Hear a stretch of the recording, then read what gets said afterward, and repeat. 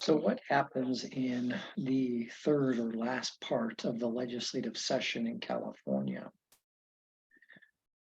Here we're focused on the last part of the California legislative session, basically the last month that the legislature is in session, followed of course by the month in which the governor considers all the bills sent to the governor's desk. There are essentially three major parts to the legislative session: House of Origin, Second House, and the final month in gubernatorial action. And there are key subparts in each of these three major parts. But I think it's safe that the legislative session can be viewed in this way. So here we're focused on the final month of session and gubernatorial actions.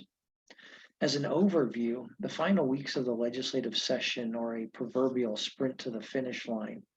Policy committees have finished the bulk of their work, but many bills get significant amendments that require a policy committee to hear additional bills as the session winds down for the year. The main focus is now on the fiscal committees and their votes on measures that are pending on their respective suspense files in the Senate and Assembly Appropriations Committees. The last 2 weeks of the session are a whirlwind, as hundreds of bills are considered on the floors of the Second House. Most of those have to return to the House of Origin for a final vote.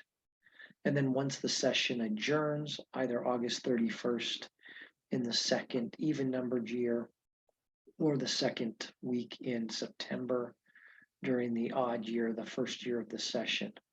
The work still isn't quite done because then the focus turns to the governor's office and the governor's consideration of 900 to 1,100 bills over the course of 30 days.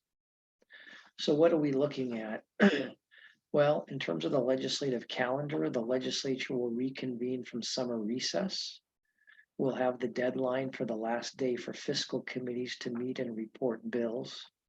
We'll have the period of floor session only, and no committees can meet except the Rules Committee and bills that were substantially amended in the other house. Then we hit the last day to amend bills on the floor deadline, and of course the last day for each house to pass bills, at which time the final recess begins upon adjournment.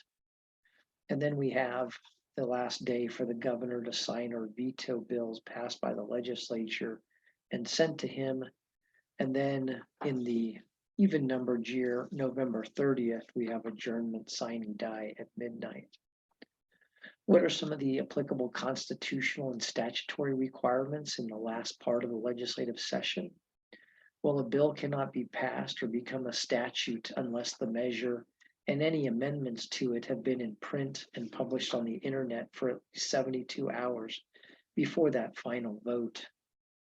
And no bill may be passed unless a majority of members of each house votes in favor of it, although there are modifications for bills that require a higher vote threshold. Each bill, of course, that's passed has to be presented to the governor.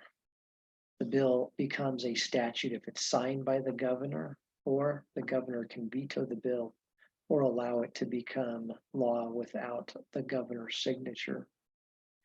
If the legislature votes again to pass the bill by a 2/3 vote of each house, then the bill becomes law or a statute over the governor's objections.